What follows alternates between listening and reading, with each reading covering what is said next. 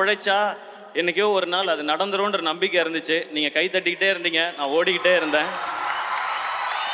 இன்னைக்கு Madrasi AR Murugadoss sir டைரக்ஷனில் நான் ஹீரோ இங்கே நின்று பேசிக்கிட்டு இருக்கேன். இது நான் மட்டும் உழைச்சி அப்படி பண்ணிட்டெல்லாம் கிடையாது. நம்மால் ஒருத்தன் ஓடுறான்டா, அவனை தட்டி கொடுறா, தூக்கிட்டு போகணுண்டான்னு சொல்லி நீங்கள் எல்லாரும் கை தட்டி என்னை தூக்கிட்டு வந்தீங்க, நிற்க வச்சிருக்கீங்க. அந்த எனர்ஜியோட தான் இந்த படத்தில் நான் வேலை பார்த்துருக்கேன். ஏஆர் முருகதாஸ் சார், நீங்கள் வந்து எல்லா ஹீரோஸ்க்கும் உங்களோட நடிக்கணும்னு ஆசை சார். ஏன்னா உங்களுடைய படங்கள் அந்த மாதிரி. உங்களுடைய முதல் படம் தலையோட தீனா, அவருக்கு தலைன்னு டைட்டில் கிடைச்ச படம். அந்த ஃபஸ்ட்டு ஷாட் ஞாபகம் இருக்குது. அவர் அந்த தண்ணியில் அவருடைய கால் ஷாட் ஒன்று வரும், ஒரு கண்ணாடி ஒன்று உடஞ்சிருக்கு, அதில் அவர் கண்ணு ஷாட் ஒன்று வரும், அது எனக்கு ஞாபகம் இருக்குது.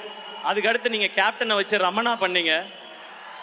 அது வரைக்கும் நம்ம பார்த்த கேப்டன் வேற, ஒரு மாஸ் ஹீரோவாக இருந்த கேப்டனை மாஸ் லீடராக மாற்றினது ரமணா படமும் அவருடைய அந்த லுக்கும் பர்ஃபார்மன்ஸும். அதுக்கப்புறம் கஜினி சொல்லவே வேணாம். சூர்யா சாரை பயங்கரமாக நம்ம ரசிச்சுட்டு இருக்கும்போது அவருக்கு 2 ஷேடு. இந்த பக்கம் வந்து சஞ்சய் ராமசாமின்னு பயங்கர ஸ்டைலிஷாக ஒரு லவர் பாயாக ஒரு சைடு, இன்னொரு சைடு அந்த மொரட்டு ஆக்ஷனாக அவருடைய லுக்.